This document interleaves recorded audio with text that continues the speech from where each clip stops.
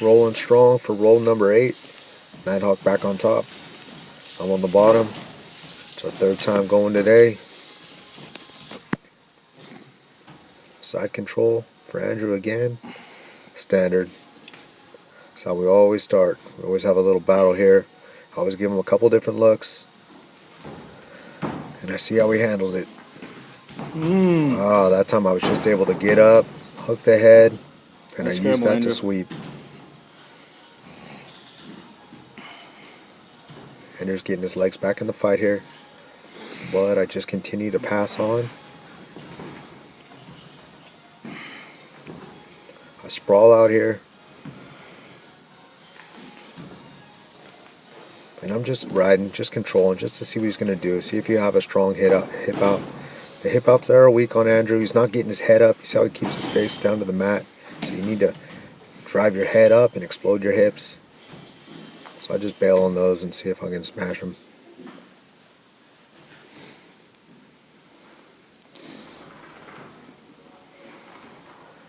I'm using my my left arm to check his hip, just so he's not able to get those legs involved. And he eventually does there.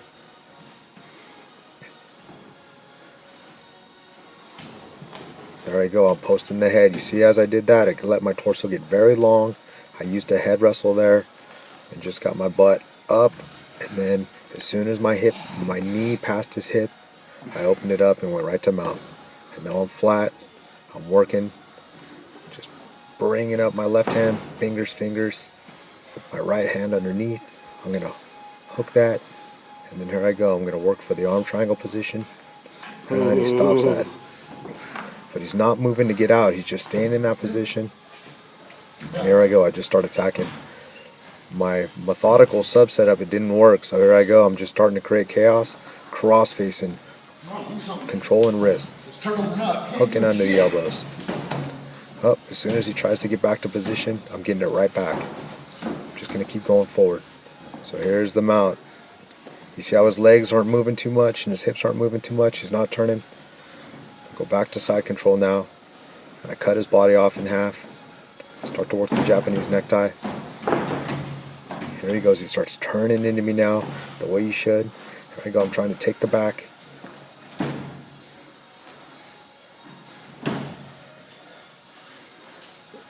I got one leg in.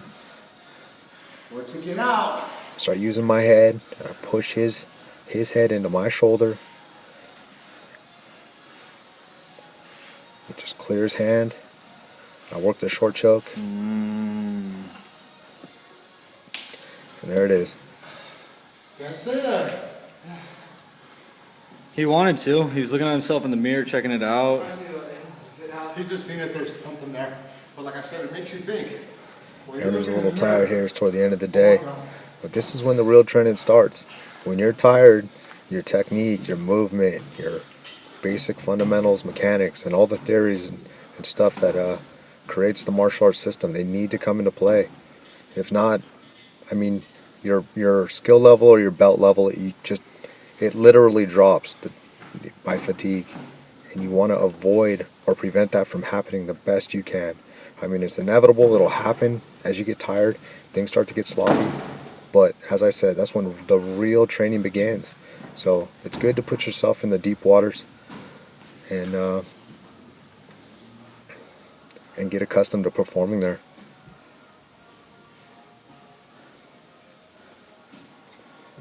Andrew's on top. He's not passing my legs, as I always like to have that butterfly hook so I can manipulate going left to right. As you see, look at me.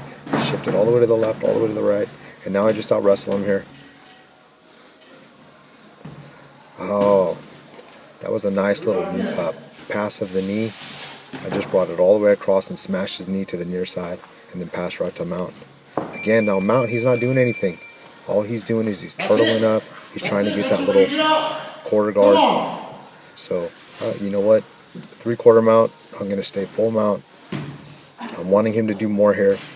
Now I'm just pulling his posture up. Sometimes I'll just pull guys all the way up and go for rear naked chokes. I'm going to put him right back down. I want him to get out of the mount. I want him to work harder. I don't even want you to give up mount. In wrestling, grappling, cool. Guys can't really do too much, but in fighting, you're going to get blasted in the face. And How was that roll?